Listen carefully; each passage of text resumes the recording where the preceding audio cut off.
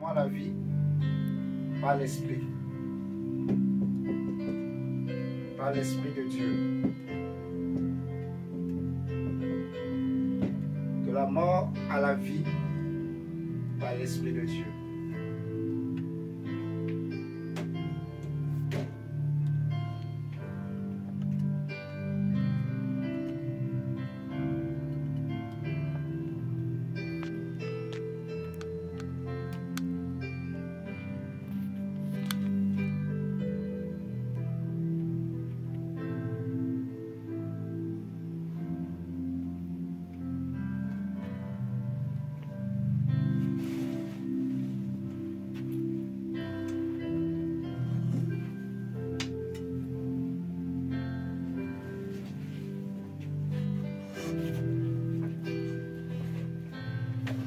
Nous allons prendre la Bible dans 1 Jean, chapitre 3, verset 4.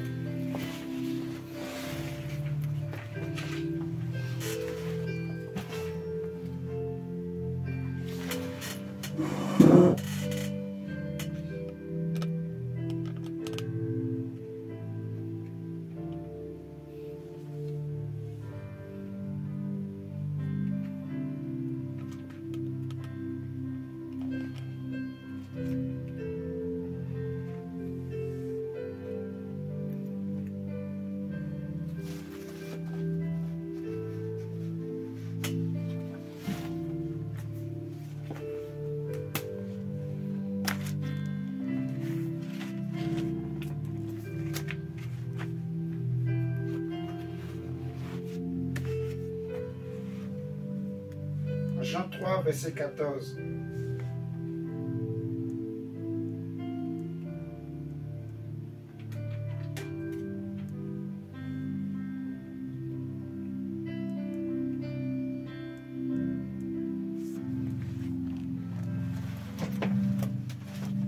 Seigneur, merci.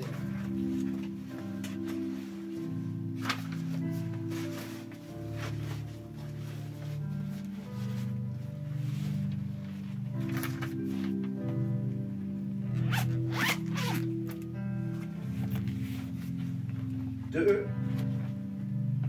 la mort à la vie. Excusez-moi, je vais réécrire le thème. En fait, c'est quelque chose que le Saint-Esprit m'a donné. C'est dans ma tête, dans mon esprit. Ce que je vais dire, c'est clair. Je peux mettre plusieurs thèmes. Je vais compléter plutôt comme ça. Passer de la mort à la vie. Voilà. Passer de la mort à la vie. Passer de la mort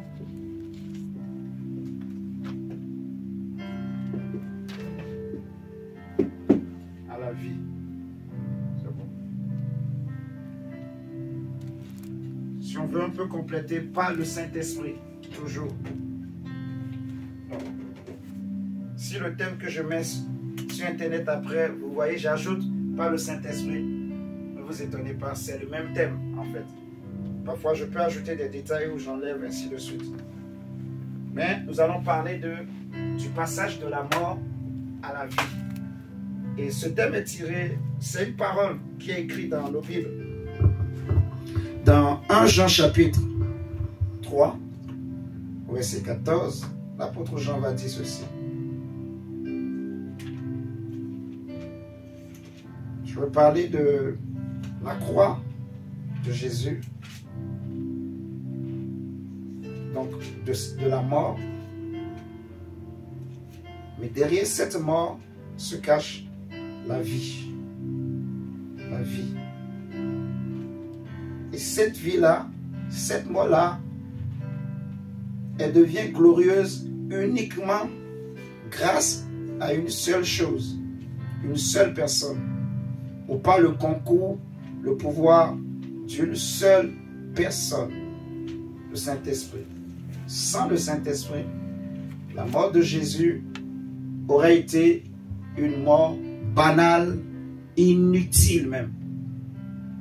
Sans le Saint-Esprit, l'évangile de Jésus serait en fait, on va dire, comme une simple doctrine, une doctrine exotérique, vous voyez, une doctrine de sciences cachées, religion, qui ne donne pas la vie. Ça aurait été comme un livre, comme tous les autres livres, un livre intelligent qui enseigne une sagesse, comme les écrits des sages, des grands philosophes grecs. Quand vous lisez leurs écrits, vous allez voir, il y a de belles paroles. Vous voyez, l'évangile ne cherche pas à expliquer les choses. Non. En gros, l'œuvre que Jésus a accomplie, Jésus n'est pas venu pour expliquer les choses.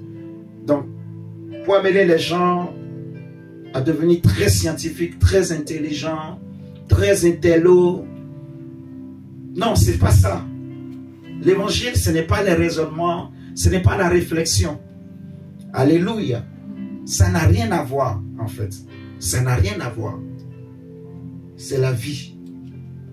C'est la vie. Donc, cette vie-là, on ne peut pas l'expliquer. C'est ce que je veux vraiment insister, ce que le Saint-Esprit m'a dit. Je veux nous partager. Nous parlons de quelque chose, on ne peut pas expliquer comment ça se passe. Ce qui veut dire quoi? Ce n'est pas dans une école qu'on va aller et il y aura un professeur qui va se mettre au tableau, qui va dire, normalement, quand on prend A plus B, ça doit donner C. Vous voyez? Donc c'est parce qu'il y a A plus B qu'on a C. Ça n'a rien à voir. Je ne sais pas si vous comprenez. Il n'y a pas de raisonnement dedans. Je répète, l'évangile, la mission de Jésus, l'œuvre que Jésus a accomplie, en fait, il n'y a aucun calcul dedans. On ne peut pas le saisir. Vous voyez, Christ, on ne peut pas le saisir. On ne peut pas saisir son œuvre également par la réflexion ou le raisonnement ou par l'étude scolaire ou universitaire ou scientifique, philosophique, psychique. Non, il n'est pas dans toutes ces choses. Il n'est pas dans les raisonnements. Ça ne se comprend pas avec l'intelligence humaine. Je ne sais pas si vous comprenez. Dieu est au ciel. Dieu est au ciel. Il a donné la terre au Fils des hommes, qui peut le sonder, qui peut aller là où il est. Il est loin de nous. Il est loin de l'homme. Le prophète, il dira que ses yeux sont trop purs pour voir le mal. Il ne peut supporter le péché. On ne peut pas le sonder. On ne peut pas savoir ce qu'il pense, ce qu'il imagine. C'est de la folie. Amen. Les hommes sages, grands philosophes, des gens qui ont pris le temps d'étudier la vie, d'étudier tout ce qui existe. Quelqu'un comme Salomon a étudié toutes choses, la botanique, la science. Il a étudié la terre, le vent, l'air qui souffle, le soleil, la lune. Il a tout étudié, il a tout goûté, il a tout essayé. Alléluia. Et les hommes ont créé de grandes choses parce qu'ils ont beaucoup réfléchi. Et Dieu leur a donné accès à certains mystères, comme la loi de la pesanteur, Galilée, la pomme tombe. Vous voyez? Donc, ils regardent une pomme qui tombe, il y a une force qui l'attire vers le bas, même si tu le laisses en haut, si tu le soulèves, si tu le laisses, pourquoi il ne reste pas suspendu, ou elle ne reste pas suspendue, elle tombe. Vous voyez, la force là qui l'attire vers le bas, on a appelé ça la force de la gravitation, la loi de la pesanteur. Alléluia. Quand on rentre dans l'eau, il y a aussi la loi d'Archimède. Donc, les hommes ont créé de grandes choses qui ont permis au monde de se construire. Vous voyez, de se développer, la science. Même les téléphones que nous utilisons aujourd'hui, derrière ça, il y a une science, une technologie, une intelligence qui peut s'expliquer. Le niveau où la science est arrivée aujourd'hui, un seul homme ne peut pas avoir dans sa tête toute l'information qui est ici. C'est impossible. Tout ce qui est intervenu ou a été utilisé pour créer ce téléphone portable, un seul homme ne peut pas tout connaître dans sa tête. Je ne sais pas si vous me comprenez. Mais l'homme peut t'expliquer. Parce qu'il a créé des robots, il a créé des machines, il a créé des choses. Il y a même des choses qu'on appelle aujourd'hui l'intelligence artificielle, l'IA, qui se développe. On est en train de dire c'est l'avenir de demain. Il y a même des milieux professionnels comme le milieu du nucléaire.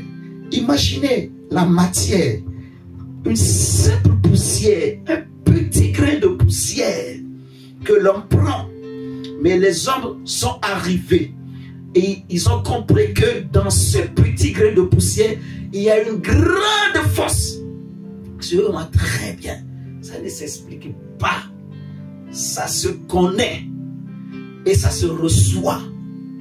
Donc les choses de Dieu, ce n'est pas les raisonnements, les réflexions, l'intelligence, ce n'est pas la sagesse, ce n'est pas l'âge, ce n'est pas parce que j'ai beaucoup étudié, ce n'est pas mon orgueil ou ma famille, ça n'a rien à voir. Passer de la mort à la vie. 1 Jean chapitre 3, le verset 14, on va le lire. Parce que il faut quand même lire le verset. On va même lire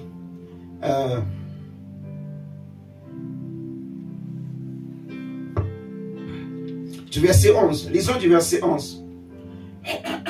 La Bible dit en effet, voici le message que vous avez entendu dès le commencement. Aimons-nous les uns les autres.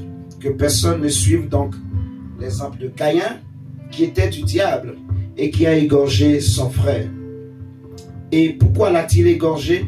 Parce que sa façon d'agir était mauvaise, alors que celle de son frère était juste. Mes frères, ne vous étonnez donc pas si le monde a de la haine pour vous. Quant à nous, nous savons que nous sommes passés de la mort à la vie. C'est trop fort cette parole. Nous savons que nous sommes passés de la mort à la vie parce que nous aimons nos frères. Celui qui n'aime pas demeure dans la mort. Amen, amen. Amen. Donc, l'apôtre Jean parle de l'amour. Il est en train de dire littéralement dans ce verset que le monde entier est mort. En fait, tous ceux qui n'ont pas ce principe-là, le principe de l'amour, l'amour. Or, l'amour, c'est quelqu'un, c'est un homme, c'est Jésus, c'est Dieu. Amen, amen. Dieu est amour. C'est toujours le même apôtre qui le dit, toujours dans le même épître. Alléluia. Dieu est amour. Dieu a tant aimé le monde qu'il a donné son Fils unique afin que quiconque croit en lui ne périsse point, mais qu'il ait la vie. Dieu prouve son amour pour nous. Romains 5, verset 6 à 8. Dieu prouve son amour pour nous en ce que lorsque nous étions encore des pécheurs, Christ est mort pour nous. Alléluia. Et la preuve de l'amour de Dieu, c'est qu'il a envoyé son Fils afin que nous ayons la vie. Ce n'est pas que nous avons aimé Dieu, c'est lui qui nous a aimés et qui nous a témoigné son amour. Et la preuve de son amour, c'est Jésus. C'est la mort de son Fils. Jésus lui dira que il n'y a pas de plus grand amour que de donner sa vie pour ceux qu'on aime. Alléluia. Donc, l'apôtre Jean dit que l'amour, c'est Dieu. L'amour est profond. Et celui qui n'a jamais connu l'amour, il est mort. Celui qui ne marche pas par l'amour, il est mort. Alléluia. Il dit quelque chose de capital. Le monde entier est dans la mort, est mort. Et l'apôtre Paul aussi va le dire dans Éphésiens 2. Regardez Éphésiens 2. Ce que l'apôtre Paul nous dit. De la mort à la vie. Il dit, quant à nous, nous sommes passés de la mort à la vie. À quel moment nous sommes passés de la mort à la vie? Et comment pouvons-nous passer de la mort à la vie? Tous les hommes qui n'ont pas connu Christ sont morts. Et Christ, c'est l'amour de Dieu. C'est l'amour condensé en une seule personne. C'est pour cela, lorsque Jésus a été baptisé, quand il sortait de l'eau, la Bible dira que le ciel s'est ouvert et Jean-Baptiste a entendu une voix qui disait « Celui-ci est mon fils bien-aimé en qui j'ai mis toute mon affection, tout mon amour. » Par exemple, comme nous sommes là ce soir, humainement, par ma force, je ne peux pas te parler. Je ne peux même rien te donner de la part de Dieu. Je ne sais rien. Je ne peux rien te communiquer. Là où je me tiens en train de te parler, je ne compte pas sur moi-même en rien du tout.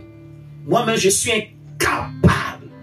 Tu vois, la force qui m'anime, tout ça là, ce n'est pas moi. Je suis incapable de dire, de formuler même une belle phrase, une phrase correcte que tu vas écouter, que tu vas comprendre. Je suis incapable, par ma propre intelligence, de parler de Jésus, de formuler une phrase qui va être sensée, que tu comprendras. Alléluia. Il y a un problème, ma chérie? Hein? C'est bon? Je sais pas si ça continue. Hein? C'est moi qui... Ouais, ça c'est rien. C'est rien.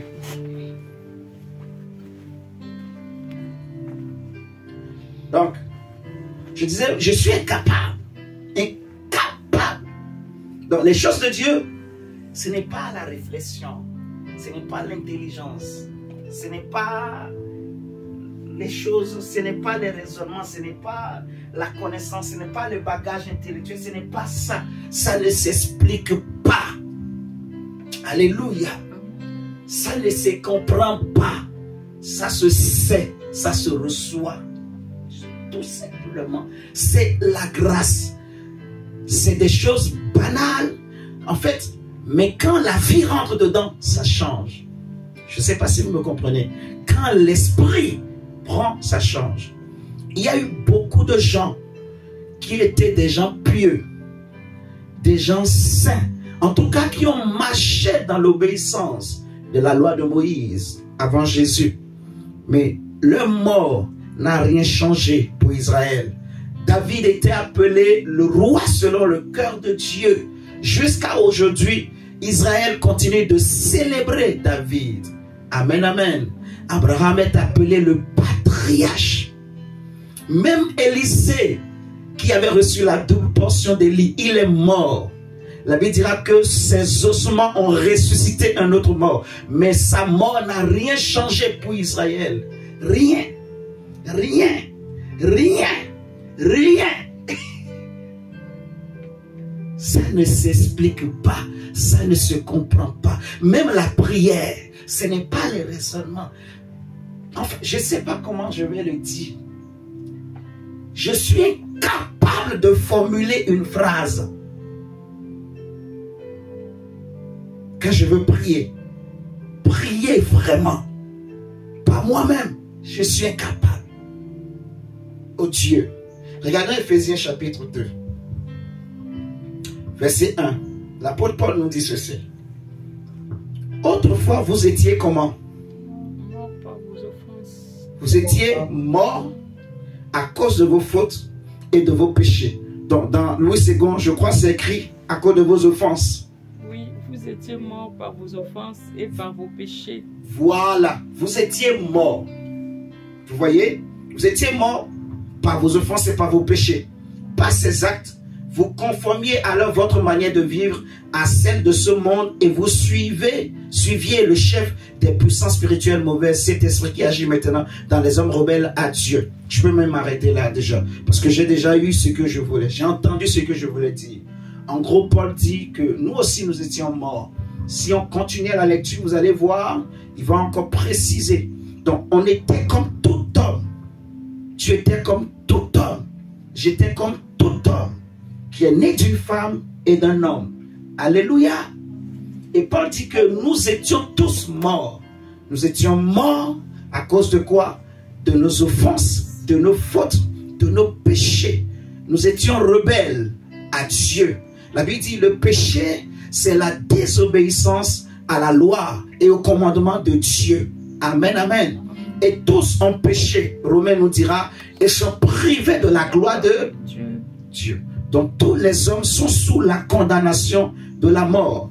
Par le péché d'un seul, la mort s'est répandue, s'est étendue sur tous les hommes. Un seul a péché, mais tous ont été condamnés. Parce que tous ont été tirés des reins de celui qui a péché. Amen, amen. La condamnation a atteint tous les hommes.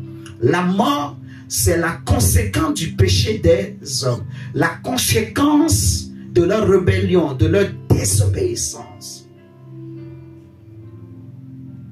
Maintenant, la mort, comme on le dit, c'est la mort. Il n'y a pas la vie. C'est la fin. Rien ne peut pousser. Rien ne peut germer. Ce qui est mort n'a plus d'espérance, n'a plus d'espoir. C'est pour cela que le monde n'a pas d'espérance, par exemple. Les hommes de ce monde n'espèrent rien pour demain. Vous me suivez ce soir? Le monde vit au jour le jour. Les hommes font des calculs, ils font des programmes, ils vivent au jour le jour. Profitons, mangeons et buvons. Parce que demain, nous allons tous mourir. Alléluia. Donc le monde était mort. Tout est mort. Tout ce qui est dans ce monde, tout est mort. Même la création entière est soumise à la vanité, donc à la mort. Et la Bible dira toujours dans Romains que elle soupire et attend la révélation des fils de Dieu, donc des fils de l'esprit, de la vie. Parce que tous ceux qui ont cru en Jésus, la Bible dit que Dieu a envoyé, ça c'est dans Galates, Dieu a envoyé dans leur cœur l'esprit de son fils. Alléluia. Donc, ce qui est mort est séparé de Dieu. Celui qui est mort est séparé de Dieu. Si vous vous souvenez, tant que Adam n'avait pas péché et que la mort n'avait pas été activée, il pouvait s'approcher de Dieu. Il pouvait rester dans le jardin d'Éden. Alléluia. Mais dès qu'il a péché, c'est Dieu lui-même qui va le chasser du jardin. Alléluia. Donc celui qui pêche ou celui qui vit sous la condamnation de la mort est loin de Dieu. Oh Dieu, quel malheur pour l'humanité de vivre loin de Dieu. Loin de Dieu, c'est les ténèbres, c'est l'angoisse, c'est la souffrance, c'est, je ne sais pas quel mot je vais utiliser, mais c'est l'extrême tristesse, l'extrême malheur, souffrance. Alléluia. Loin de Dieu, c'est le noir. Tout est noir, pas d'avenir, pas d'espérance. Salomon le dit, pas d'avenir, pas d'espérance pour eux. Ceux qui sont morts, sans Dieu, pas d'avenir, pas d'espérance. On n'entendra plus parler de lui ou pas parler d'eux. Et c'est ça le monde. C'est pour cela la Bible nous dit, tout ce que nous voyons là sera détruit. Amen. Donc Jésus dit que si un aveugle conduit un autre aveugle, les deux tomberont dans un trou. Alléluia. Donc si je suis un mort,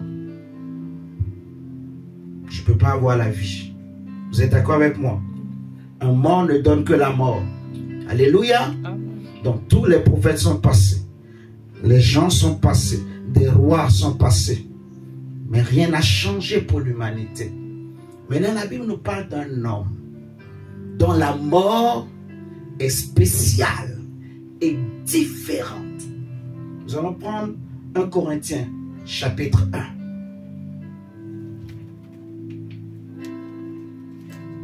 Prenons d'abord Ephésiens 5, verset 7. Et après, on va prendre 1 Corinthiens 1. Ephésiens 5, verset 7. On va lire ce verset. Et bien, il nous dit ainsi, au cours de sa vie sur terre, Jésus avait de grands cris et des larmes à présenter des prières et des supplications à celui qui pouvait le sauver de la mort, et il a été exaucé à cause de sa soumission à Dieu. Ok. Donc Jésus a connu la mort en gros, mais par sa piété et sa prière, il a été exaucé par celui qui l'a prié, qui l'a invoqué, à cause de son obéissance. Et il est passé de la mort à la vie. Mais regardons la mort de Jésus. 1 Corinthiens chapitre 1. Passé de la mort à la vie. 1 Corinthiens 1. Verset 18. Même verset 17. Paul dit, car ce n'est pas pour baptiser que Christ m'a envoyé, c'est pour proclamer l'évangile. Et cela sans recourir à la sagesse des beaux discours, afin de ne pas vider de son sens la mort de Christ sur la croix. Donc, tous les morts, tous les gens qui meurent ou qui mouraient avant Jésus, quel sens on pouvait donner à leur mort? Aucun sens. Est-ce que vous me suivez ce soir? Si après la mort, il n'y a plus rien, donc celui qui meurt, quel sens on va donner? Quel espoir ou espérance on peut mettre là-dessus? Aucune ou aucun.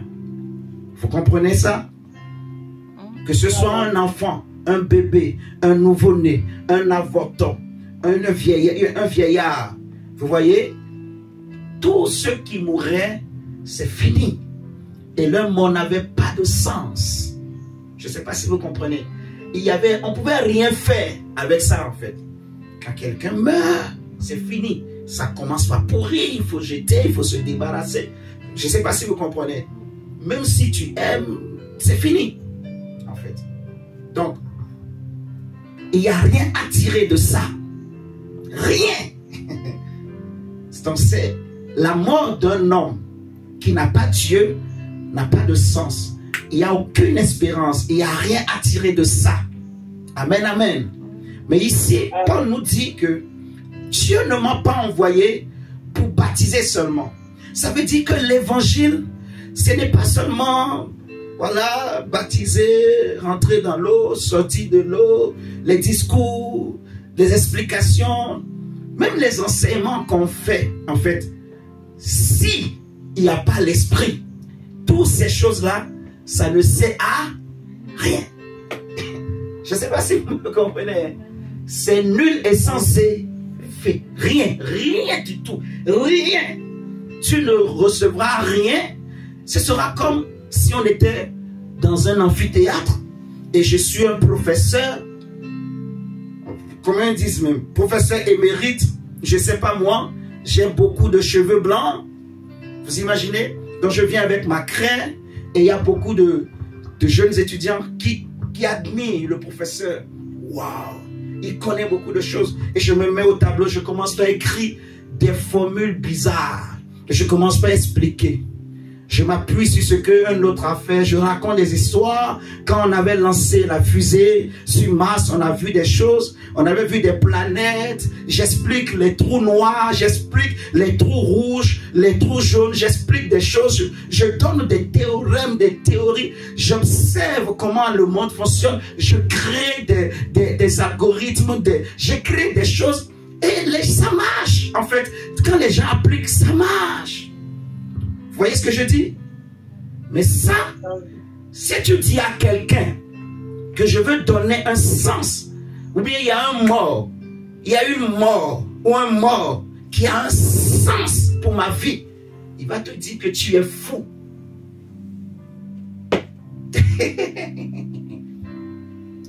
Paul dit, ce n'est pas pour baptiser que Christ m'a envoyé, c'est pour proclamer l'évangile. L'évangile. L'évangile sans la mort de Jésus, ça n'a aucun sens. Jésus a déjà dit, si le grain de blé qui tombe en terre, s'il ne meurt, il ne peut porter de fruits. Donc, il doit mourir, le grain de blé, pour porter des fruits. Il doit mourir. Paul dit, ce n'est pas pour baptiser, c'est pour proclamer l'évangile. Proclamer l'évangile. Et cela sans recourir à la sagesse des beaux discours, des belles paroles, afin de ne pas vider de son sens la mort de Christ sur la croix. Donc quand on prêche l'évangile, on n'a pas besoin d'être très intelligent intellectuellement, d'avoir beaucoup étudié. Non. Oh Jésus. Regardons la suite. Il dit, afin de ne pas vider de son sens la mort de Christ sur la croix. En effet, la prédication de la mort de Christ sur une croix est une folie aux yeux de ceux qui se perdent. Mais pour nous qui sommes sauvés, elle est la puissance même de Dieu. N'est-il pas écrit, je détruirai la sagesse des sages et je réduirai à néant l'intelligence des intelligents? Où est le sage? Où est le spécialiste de la loi? Où est le raisonneur de ce monde? Dieu n'a-t-il pas changé en folie la sagesse du monde? En effet, là où la sagesse divine s'est manifestée, le monde n'a pas reconnu Dieu par le moyen de la sagesse. C'est pourquoi Dieu a jugé bon de sauver ceux qui croient par un message qui annonce une folie. Oui, tandis que d'un côté, les Juifs réclament des signes miraculeux et que de l'autre, les Grecs recherchent la sagesse, nous prêchons Christ mis en croix, ce qui est une cause de rejet pour les Juifs et une folie pour les Grecs. Mais pour tous ceux que Dieu appelle, qu'ils soient juifs ou grecs, Christ, en gros il veut dire, Christ sur la croix est puissance de Dieu et sagesse de Dieu. Car la folie de Dieu est plus sage que la sagesse des hommes et la faiblesse de Dieu est plus forte que la force des hommes. Amen. Considérez donc, frères et sœurs, la situation dans laquelle Dieu vous a appelé à lui. On ne trouve parmi vous que peu de sages selon les critères humains, peu de personnalités influentes, peu de membres de la haute société. Non, Dieu a choisi ce que le monde considère comme une folie pour confondre les sages. Il a choisi ce qui est faible pour couvrir de honte les puissants. Dieu a porté son choix sur ce qui n'a aucune noblesse et que le monde méprise, sur ce qui est considéré comme insignifiant pour réduire à néant ce que le monde estime important. Frères et sœurs, je suis arrivé à la conclusion. Je le savais, mais j'y médite toujours. Et je comprends encore cette chose que je m'en vais partager avec vous. La mort de Jésus prend tout son sens lorsque il a été ressuscité d'entre les morts. Si Jésus n'était pas ressuscité, sa mort n'aurait eu aucun sens, ni pour toi ni pour moi. Alléluia. Si Jésus n'était pas ressuscité, on n'allait même pas parler de lui, là où nous sommes ce soir. On n'allait pas parler de sa mort.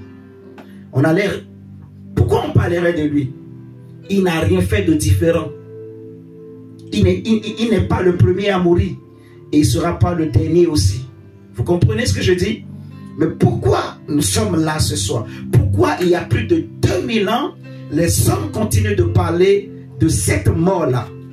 Tout simplement parce que cette mort-là a un sens. Alléluia. Elle donne un sens pour la vie de l'homme, la vie de l'être humain. Paul dit, pour les Grecs, c'est une folie. Alléluia. Pour les Juifs, c'est encore une folie, c'est un signe de rejet. Mais pour tous ceux que Dieu a appelés, tous ceux qui ont cru en Dieu, il dit que la croix de Jésus est le signe de la puissance de Dieu. Alléluia. Tout simplement à cause du Saint-Esprit. Du Saint-Esprit. Du Saint-Esprit. Jésus dit, mes paroles sont esprit et vie. Du Saint-Esprit. Il dit, il vous est avantageux que je m'en aille. Parce que si je ne m'en vais pas, le Saint-Esprit ne viendra pas vers vous. Mais si je m'en vais, je vous l'enverrai. Le Saint-Esprit, l'Esprit de Dieu. Tant que cette masse, ce corps que Dieu avait formé dans Genèse 1 était couché par terre, il ne pouvait rien faire ce corps. Cette masse ne pouvait rien faire. Elle ne pouvait pas bouger. Elle était inerte. Elle a pris un sens lorsque le souffle est rentré dedans. Alléluia. C'est pareil pour l'église.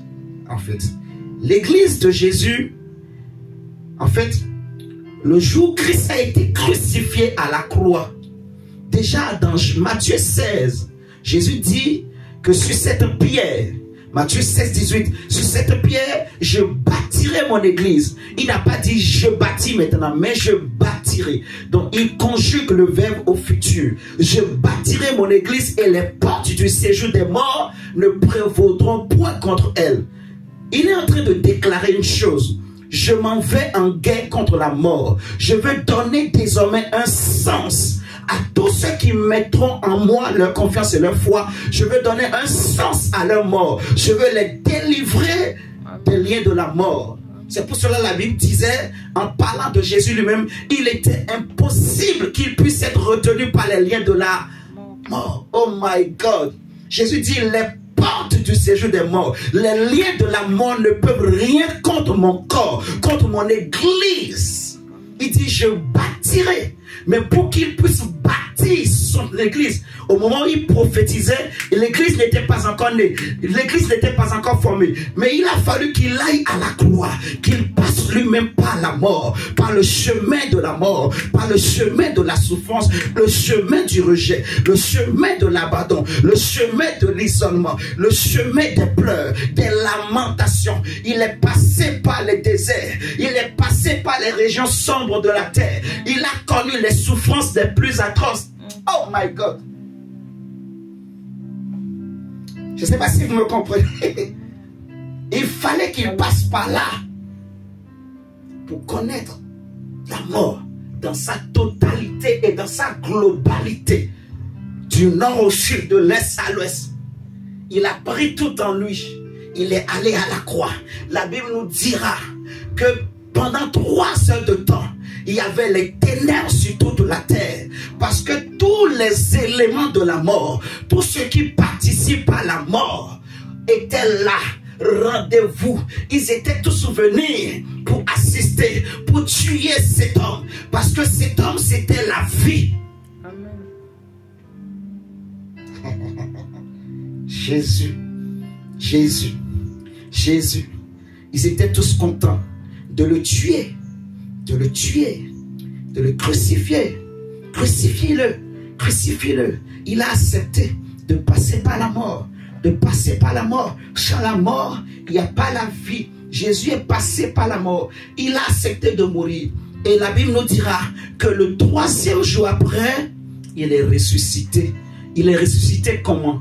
Par la puissance du Saint-Esprit. Alléluia. Sans le Saint-Esprit, Jésus ne pouvait pas ressusciter. Et sa résurrection prend tout son sens. Sa mort prend tout son sens parce que le Saint-Esprit était là. C'est le jour-là que Jésus a formé le corps de son église. Oh my God. C'est le jour-là, à la croix de Golgotha, qu'il a formé le corps de son église. Il a formé l'église. Mais il n'avait pas encore soufflé en lui. Oh my God, comme dans Genèse, quand Dieu s'est levé pour façonner cette masse qui était informe et vide, il lui a donné une forme et il va souffler dedans. Mais Jésus a attendu 40 jours. Et après les 40 jours qu'il est monté au ciel, la Bible nous dira que pendant que les 120 étaient réunis dans l'attente de ce que Jésus a promis, il a dit, Jean vous a baptisé dans l'eau et rien n'a changé dans votre vie. Et ça ne peut rien changer. Le baptême d'eau seul ne suffit pas. Être un vrai chrétien, si tu n'as pas l'Esprit de Dieu, tu n'es pas un vrai chrétien. Même pour que ta foi soit approuvée, il faut que tu aies le Saint-Esprit. L'apôtre Pierre nous dit, en parlant de Corneille, il va dire à ceux qui étaient restés à Jérusalem, quand Pierre retournait, en voulant l'accuser, il va leur dire que Dieu leur a accordé le Saint-Esprit comme à nous, en approuvant leur foi. Donc Dieu approuve ta foi en te donnant le Saint-Esprit. Si tu mets ta foi en Christ, le signe que Dieu a accepté ta foi, que Dieu t'a maintenant intégré dans l'église de Jésus, c'est le Saint-Esprit. Dis le Saint-Esprit. Le Saint-Esprit. Le Saint-Esprit. Le Saint-Esprit. Dis l'Esprit. Dis le Saint-Esprit. Alléluia. Frère, le jour de la Pentecôte, pendant qu'ils étaient là réunis, la Bible dira que tout à coup, il y a eu un bruit. Et ils ont vu des langues de feu se poser sur eux. Et ils étaient remplis. Donc le signe extérieur qu'ils ont reçu le Saint-Esprit, c'était le parler en langue. C'était les dons de l'Esprit. Alléluia. Aujourd'hui, nous voyons, il y a beaucoup d'enseignements qui décourage même les chrétiens à chercher à être remplis du Saint-Esprit, à chercher même à parler en langue. Ça, c'est encore un autre débat. Mais le signe extérieur que quelqu'un est rempli du Saint-Esprit, c'est la langue de Dieu ou la langue des anges. Alléluia. Pour parler l'anglais, je n'ai pas besoin du Saint-Esprit. Il faut aller s'inscrire dans une école où on enseigne l'anglais, c'est tout. Mais le parler en langue va te permettre de t'édifier, d'être un homme différent, de parler la langue de Dieu. Parce que celui qui parle la langue, il parle à Dieu. Mais ça, le parler en langue vient quand tu es rempli du Saint-Esprit. Le Saint-Esprit, la croix de Jésus ou le nom de Jésus n'a aucun sens, aucune puissance ou aucun pouvoir sans le Saint-Esprit. Donc c'est le jour de la Pentecôte que le Saint-Esprit est descendu. Et l'église qui était formée le jour où Jésus a été crucifié, maintenant s'est levée. Alléluia. Donc ce qui fait que l'église est l'église, c'est le Saint-Esprit. Ce qui fait que la croix de Jésus prend tout son sens, c'est le Saint-Esprit. Jésus dit, comme j'ai dit tout à l'heure, Matthieu 16, 18, sur cette pierre qui est lui-même, je bâtirai mon église et les portes du séjour des morts ne prévaudront point contre elle. Amen. Donc les liens de la mort ne peuvent pas retenir l'église. La Bible dira dans Hébreu, puisque les fils, les enfants participent à la chair et au sang, Christ lui-même est venu participer. Pourquoi? Afin de délivrer de la mort, des liens de la mort, ceux qui étaient retenus, ceux qui avaient peur de la mort. Donc Jésus, en allant mourir pour nous, il a pris notre mort. Je ne sais pas si vous comprenez. Il a pris ta mort. Il a pris ma mort. Et il me donne la vie. Il te donne la vie. Amen. Par le Saint-Esprit. Ce qui fait que j'ai la victoire sur la mort, c'est le Saint-Esprit. Tu peux croire en Jésus. Si tu n'as pas le Saint-Esprit, si tu n'es pas rempli du Saint-Esprit, ça n'aura aucun sens. Alléluia. Amen. Donc mon frère, je veux dire ce soir, cette parole. Tu es passé de la mort à la vie. À cause de ta foi en Jésus. À cause du Saint-Esprit que Dieu te donne. Tu dois chercher à être rempli davantage du Saint-Esprit. Tu dois chercher à marcher par le Saint-Esprit. Alléluia. Tu dois chercher la communion du Saint-Esprit. Frères et sœurs, il arrive des moments où, même pour prier, tu veux prier. Tu aimerais prier. Mais c'est difficile. Tu n'arrives pas. Tu veux te lever pour prier. Tu n'arrives plus. Tant que tu vas compter sur tes propres efforts pour te lever, tu n'arriveras pas. Mais si tu en as marre et tu réalises où tu es sincère, tu dis Seigneur Dieu, moi, je n'arrive plus. Je n'arrive pas. J'oublie mon intelligence, mes calculs, mes raisonnements. Où tu as des projets, mais ça ne marche pas parce que tu as trop fait des calculs. Quand tu en as marre, tu baisses les bras, tu te jettes par terre, tu t'humilies devant Dieu pour dire Seigneur, je n'arrive pas. Moi-même, je n'y arrive pas.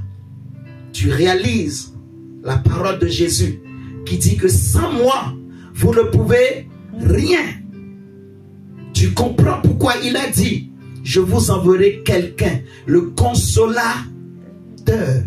Et tu dis Seigneur, Saint-Esprit, c'est toi qui as été envoyé pour m'aider. Je n'arrive pas. Je veux, mais je n'arrive plus. Et tu pleures. Tu es sincère. Tu ne caches rien. tu ouvres ton cœur. Seigneur, j'ai un problème avec la colère. J'ai un problème avec la haine. J'ai un problème avec l'orgueil. J'ai un problème avec la masturbation. J'ai du mal à arrêter. J'ai du mal à faire ceci. Je ne sais pas si vous comprenez. C'est là que tu laisses la place à l'esprit. Alléluia. Mais tant que tu n'arrives pas là, tu ne comprends pas ça, tu fais les choses par toi-même. Et le problème, c'est qu'on peut servir Dieu pensant que ce n'est pas l'esprit. Mais ce n'est pas par l'esprit, c'est par notre intelligence, par notre raisonnement. Il est déjà 20 heures. Nous allons prier le Seigneur pour dire, Seigneur,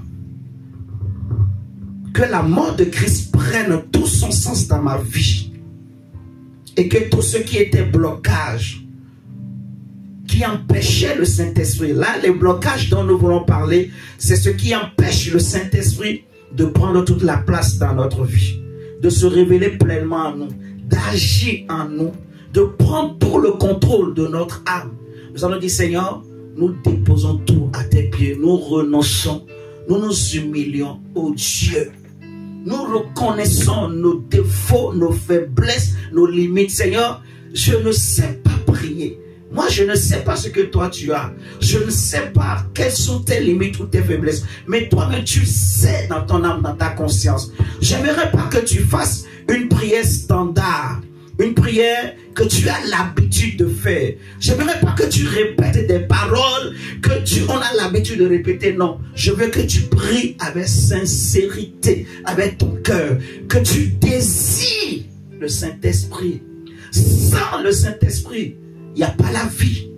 C'est l'esprit de la vie qui nous fait passer de la mort à la vie. Alléluia.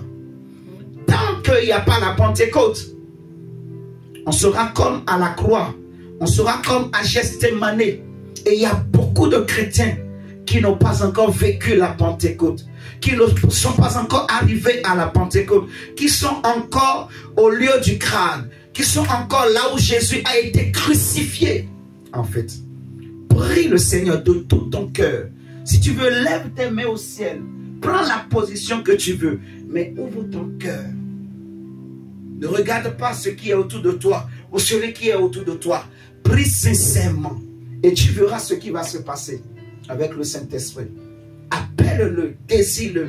Dis, oh mon Père, Seigneur, je viens. Je désire ta plénitude, Papa. Seigneur, je n'en peux plus. Je ne veux pas être un chrétien sans le Saint-Esprit.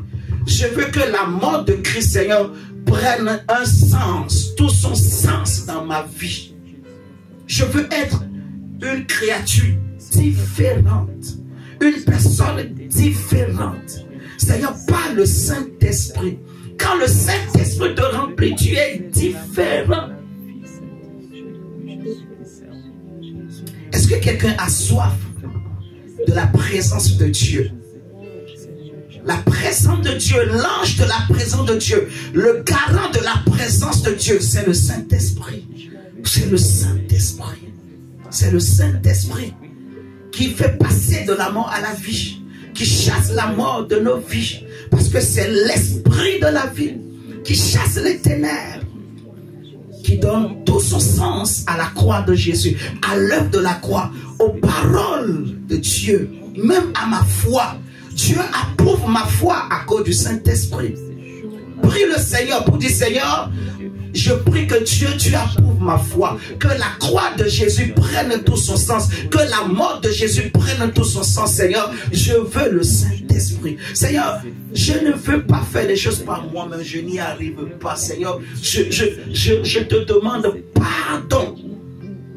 Si tu sais que tu n'arrives pas à prier comme il faut, ne fais pas semblant. Dis, Seigneur, je te demande pardon parce que je ne prie pas assez. Je veux prier beaucoup, mais je n'arrive pas. Je veux méditer beaucoup, mais je n'arrive pas. Je veux jeûner beaucoup, mais je n'arrive pas. Je veux me sanctifier, mais je n'arrive pas. C'est ça la vraie prière. Prie sincèrement. Demande le secours de Dieu. Tu connais ton cœur. Tu connais les penchants de ton cœur, les désirs de ton cœur, les pensées qui t'animent. Tu connais. Peut-être que tu es tout le temps sur le téléphone. Toi-même, tu le sais.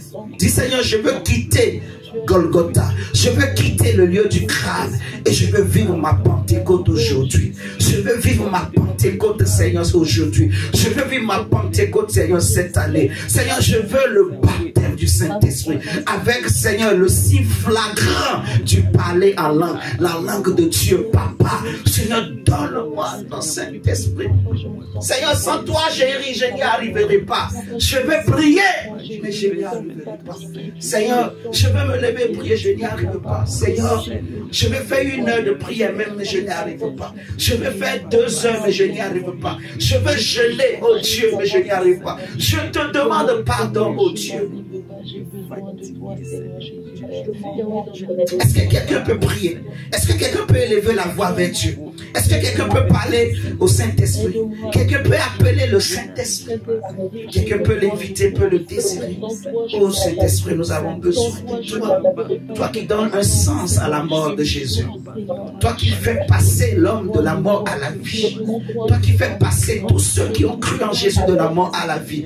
Saint-Esprit, viens donner le sens à la mort de Jésus dans notre vie. Viens donner le sens à la mort de Jésus en nous, oh Dieu. Saint-Esprit, que tous ceux qui étaient morts reçoivent la vie. Seigneur, nous prions au nom de Jésus. Que tous ceux qui étaient morts reçoivent la vie. Seigneur, Saint-Esprit, nous avons besoin de toi. Seigneur, viens donner la vie. C'est toi qui changes les choses. Viens changer les choses. Viens changer l'histoire. Viens changer le cours des événements. Viens changer les situations. Viens, Saint-Esprit, viens rendre les choses faciles. Là où, Seigneur, c'était difficile. Là où c'était difficile, viens rendre les choses faciles. Viens, Saint-Esprit, viens agir. Seigneur, je ne veux pas faire les choses par moi-même. Je ne veux pas faire les choses par mon intelligence. Je ne veux pas faire les choses par mes raisonnements. Je ne veux pas compter sur ma force physique. Je ne veux pas compter sur un homme, oh Dieu. Compter sur mon intelligence. Oh Jésus, mais j'ai besoin de toi. J'ai besoin de toi, Saint-Esprit. C'est une grande occasion que Dieu te donne ce soir. Prie et demande que Dieu répande son amour. Dis, Seigneur, je veux goûter à ton amour. Je veux ressentir ton amour dans mon cœur. Je veux vivre, Seigneur, cet amour par le Saint-Esprit. L'amour de Dieu est répandu dans nos cœurs par le Saint-Esprit. Dis, oh Dieu, remplis-moi du Saint-Esprit. Remplis-moi de l'amour du Saint-Esprit. Donne un sens à la parole de Dieu en moi. Donne un sens à la mort de Jésus en moi. Seigneur, que je vive, Seigneur Dieu. Que ma maison vive, que ma famille vive, Seigneur. Que cette œuvre vive, oh Dieu. Que mes affaires reçoivent la vie, vive, oh Dieu. Seigneur, par le Saint-Esprit. Seigneur, nous demandons un souffle de vie. Le souffle du Saint-Esprit. Nous avons besoin de toi. Nous te cherchons.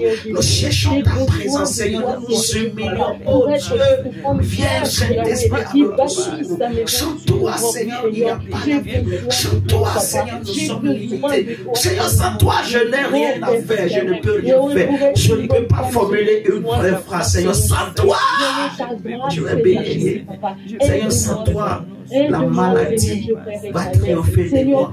Sans toi, Seigneur, j'ai les souffrances, les douleurs, les découragements. Seigneur, j'ai besoin de toi. Je ne veux pas agir par ma propre j'ai besoin de toi. J'ai besoin de toi. Je sais qu'il est écrit que par tes mains dessus, je suis guéri. Mais Seigneur, comme ce père de famille a dit, viens au secours de ma foi. Saint-Esprit, parfois j'ai du mal à garder la foi. J'ai du mal à persévérer dans la foi. J'ai du mal, Seigneur. Parfois il m'arrive de douter. Saint-Esprit, je me répands. Je me répands. Je te demande pardon. Je demande ton secours. Viens m'aider. Sans toi, je n'y arriverai pas, Seigneur. Je n'y arriverai pas. Saint-Esprit, sans toi, je n'y arriverai pas. Donne-moi la maîtrise. Donne-moi la maîtrise. Oh Dieu! Oui, je t'en supplie, éternel Jésus. Oh Seigneur Jésus. Seigneur, remplis-moi de ton ton esprit, de ta présence, ô Père. Seigneur, nous avons besoin de toi, Saint-Esprit. Nous voulons quitter Golgotha. Nous voulons quitter, Seigneur Jésus, le lieu du grave. Seigneur, nous voulons quitter, Seigneur, ce lieu et vivre notre Pentecôte. Nous voulons, Seigneur, aller à Pentecôte. Seigneur, fais-nous vivre la Pentecôte. Que l'esprit de la vie vienne en nous. Seigneur, parfois, le sommeil nous empêche de nous lever le matin. Je vais prier, mais je sens comme dans mon ventre, dans mon corps, comme le sommeil, comme quelque chose qui veut m'étouffer. Seigneur, oh Dieu, prie le Seigneur comme ça. Prie le Seigneur comme ça, sois sincère. Ouvre ton cœur à Dieu. Je t'en supplie, Seigneur. Oui, j'ai besoin de toi. Parfois, je manque des mots. Seigneur, je te demande pardon. Mais je t'implore. Donne-moi le Saint-Esprit. Délie ma langue, oh Dieu. Seigneur, viens. Viens. Viens te glorifier dans mes faiblesses. Viens te glorifier dans mes limitations. Tu as dit à Paul, ma grâce te suffit. Et Paul dit, je me glorifie dans mes faiblesses. C'est quand je suis faible, c'est alors que je suis fort. Parce que toi, tu te glorifies. Seigneur, glorifie-toi. Donne sens à la mort de Christ. Seigneur, merci pour ce message. Moi-même, je n'avais pas de message. Mais toi, tu avais un message. Toi, tu avais une parole. Moi-même, je ne savais pas quoi dire. Mais toi, tu savais quoi dire. Oh Dieu, Seigneur, nous t'implorons pour cette œuvre, pour ce ministère, pour cette assemblée, pour cette famille, ces frères et sœurs qui ont cru en toi, qui ont mis leur confiance en toi. Nous demandons ta grâce et ton secours. Nous demandons ton assistance, Saint-Esprit. Saint-Esprit, que tu te révèles, que tu amènes un sens à la mort de Christ dans les maisons, dans les familles, dans les vies des uns et des autres, dans les affaires, oh Dieu. Là où, Seigneur, la main de l'homme est limitée, là où, Seigneur, l'intelligence de l'homme est limitée, là où, Seigneur, la sagesse de l'homme est limitée, là où, Seigneur, les relations humaines sont limitées.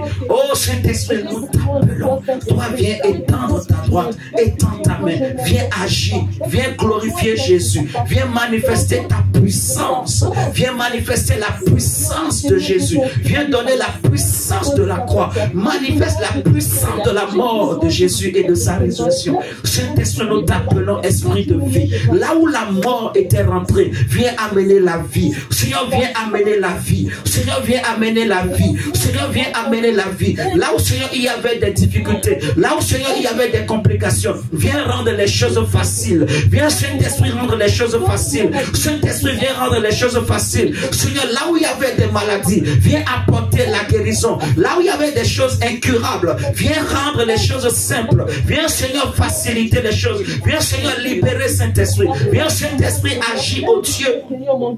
Dans toutes les situations que je peux Oh, Shakaraba Shekerebo, Rabasotokoria Mandelebo Yasha, Arakatataya Shetekele Yamandelebo, Ishakaya Mandala Baba Baba, O Rabashakataya Delebo, Shabarabarabarabarabaraba, Ikaraba Shekerebo, O Rabakataya Labasha, O Shabarabarabaraba.